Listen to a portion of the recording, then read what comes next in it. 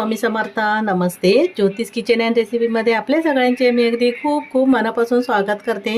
इथे मी आज 1 ग्लास तांदळाचे पापड बनवते. अगदी साधी सोपी रेसिपी आहे. कुठचे झंझट न करता हे पापड बनवणार आहे.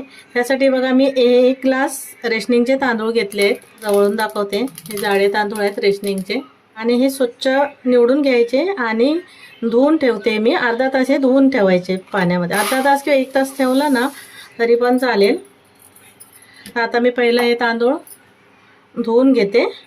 इथे मी तांदूळ धुवून घेतले आणि अर्धा तास थोडेसे पाण्यामध्ये भिजत ठेवलेले. जास्त पण पाणी नाही, फक्त तांदळापुरतं पाणी ठेवलं आहे, जास्त वरती पण नाही आहे.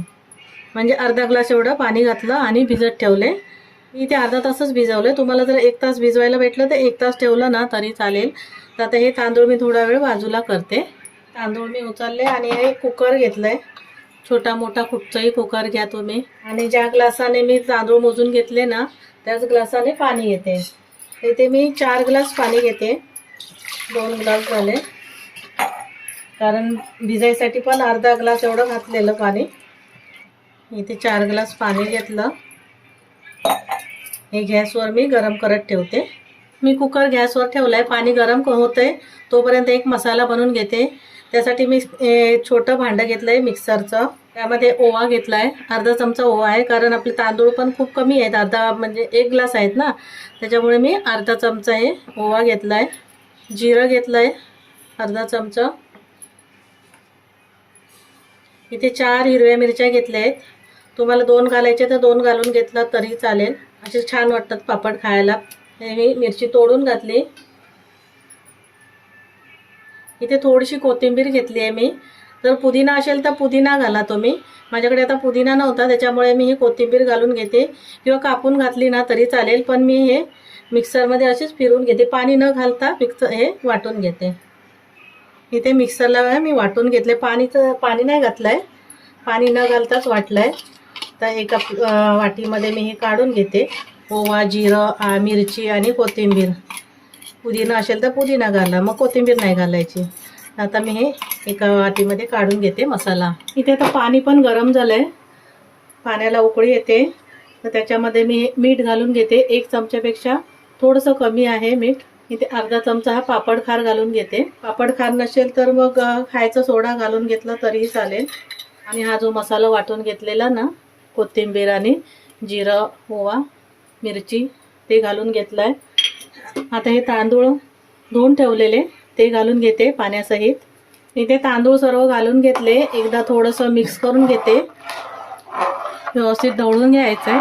आणि आता मी कुकरचं झाकण लावून घेते आणि 5 ते 6 शिट्या करून घ्यायच्या आहेत.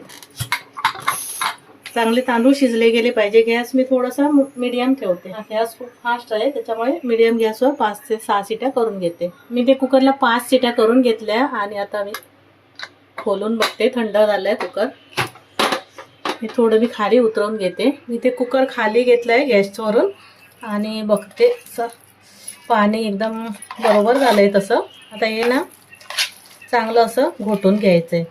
जर यावेळेला बघायचं मीठ वाटलं ना कमी, थोडंसं घालून घ्यायचं. पण कमी असलेलंच चांगलं, कारण सुकल्यानंतर मग ते मीठ बरोबर होतं. आता जरी कमी लागलं तरी. मी आता ही रवी घेते आणि घोटून घेते चांगलं. ते बघा मी 4 ग्लास पाणी घातलेलं आणि भिजायसाठी अर्धा ग्लास. म्हणजे जसं नवीन जुनं तांदूळ असेल ना त्याप्रमाणे थोडंसं पाणी कमी जास्त लागू शकतं. ते आता मी व्यवस्थित असं घोटून घेते. हे तांदूळ पूर्णपणे असं एकजीव झालेला पाहिजे. असं भात शिजला म्हणजे दिसला नाही पाहिजे भात. इथे मी आता हे घोटून घेते. आधी मी ते घोटून असं एकजीव करून घेतलं आहे. आणि हे मी एका छोट्या भांड्यामध्ये थोडंसं काढून घेते. आधी या चमच्याचं सर्व काढून घेते. रवीचं जे लागलं आहे ते तुम्ही चमच्याने करा, किंवा पावभाजीचं मॅशर असतं त्याने केलं ना तरी पण चालेल. किंवा एखाद नाही शिजलं तर मग शिटी जास्त द्या. 6-7 शिट्या करून घ्या. असं वाटलं 5 शिटीमध्ये 6 शिटीमध्ये नाही होत झालं आहे तर मग परत थोडंसं अजून 1-2 शिट्या करून घ्यायच्या. तर इथे मी छोट्या भांड्यामध्ये काढून घेते आणि बाकीचं कुकरचं झाकण लावून परत तसंच ठेवून देणार आहे. इथे मी एका भांड्यामध्ये असं काढून घेतलं आणि हे बाजूला घेते. इथे मी पुरीचं हे मशीन घेतली आहे. वर प्लास्टिक ठेवते. हे दुधाच्या पिशव्या घेतल्या आहेत मी आणि बनवून घेते. मी ते हलक्या हाताने दाबून घ्यायचं, जास्त जोर पण नाही लावायचा.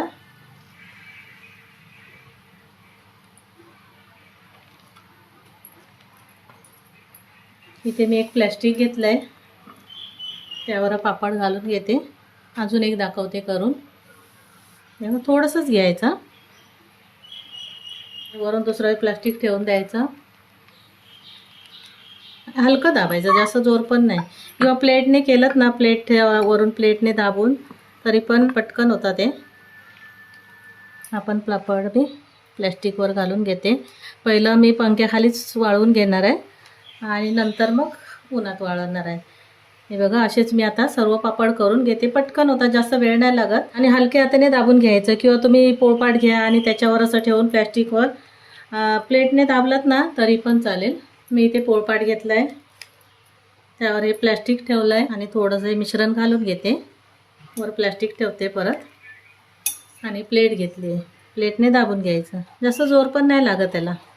बघायचं नाही झालं ना तर थोडंसं मग हाताने असं पसरून घ्यायचं, पातळ करून. वाटलं जाडसर तर. आता मी असे सर्व पापड बनवून घेते. इथे मी सर्व पापड असे बनवून घेतले आहेत आणि पंख्याखाली वाळायला ठेवले आहेत. आणि इथेच आधी पहिलं वाळून घेते. ते मी पंख्याखालीच पापड वाळत ठेवलेले आणि आता सुकले गेलेत. मी हे पलटी करून घेते परतून. असे किती पातळ मस्त छान असे झाले आणि लगेच सुकतात. ते वेळ पण नाही लागत. एकदा सावळीमध्ये वाळवून घेतले ना परतून, की नंतर मग थोडंसं उन्हामध्ये वाळवून घ्यायचे, कडक उन्हामध्ये असं. त्याच्यामुळे खराब पण होणार नाहीत. एका दिवसामध्ये हे वाळले गेलेत पंख्याखाली. ते बघा, सर्व पापड मी आता हे परतून घेते आणि परत एकदा वाळून घेते. इथे मी हे पापड वाळून घेतलेत आणि मस्त छान असे आपले पापड झाले आहेत बघा. अजून थोडेसे आपण उन्हामध्ये वाळवून घ्यायचे आणि नंतर मग ठेवायचे. कडकडीत ऊन दाखवायचं थोडंसं एकदा तरी. आता मी हे तुम्हाला पापड ना तळून पण दाखवते. एकदम सोपे आहेत करायला आणि झटपट होतात, जास्त वेळ पण नाही लागत. एक ग्लास तांदळामध्ये किती भरपूर ताटभर आपले पापड तयार झालेत बघा. आता मी हे पापड तळून दाखवते.